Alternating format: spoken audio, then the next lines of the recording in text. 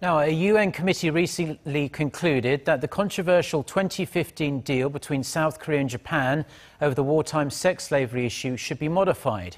The agreement is widely disliked here in Korea as it was reached during the former Park administration and without any consultation with the victims or the people. Despite the swell of public discontent here in Korea, the Japanese government insists the deal should stay as it is, and Tokyo is objecting to any pressure from the UN. Connie Kim with this report. Japan wants to get its stance clear that the landmark agreement between Seoul and Tokyo over Japan's wartime sex slavery issue is irreversible and final. Japan's daily Yomiuri Shimbun reported the Japanese government has submitted a rebutting document to the Office of the United Nations High Commissioner for Human Rights, following up on a report by the UN Committee Against Torture that recommends the definition of comfort women as sexual slave is wrong.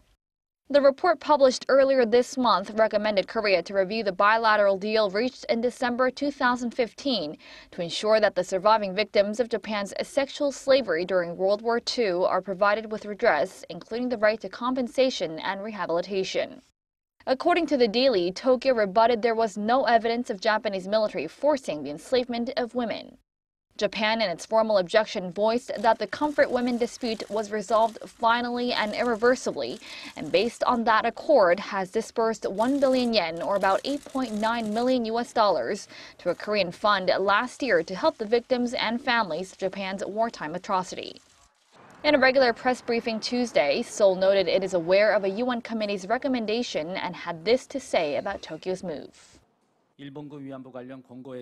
We are aware that the Japanese government has submitted its opinion on the so-called comfort woman issue to the UN Committee Against Torture and are reviewing Tokyo's stance.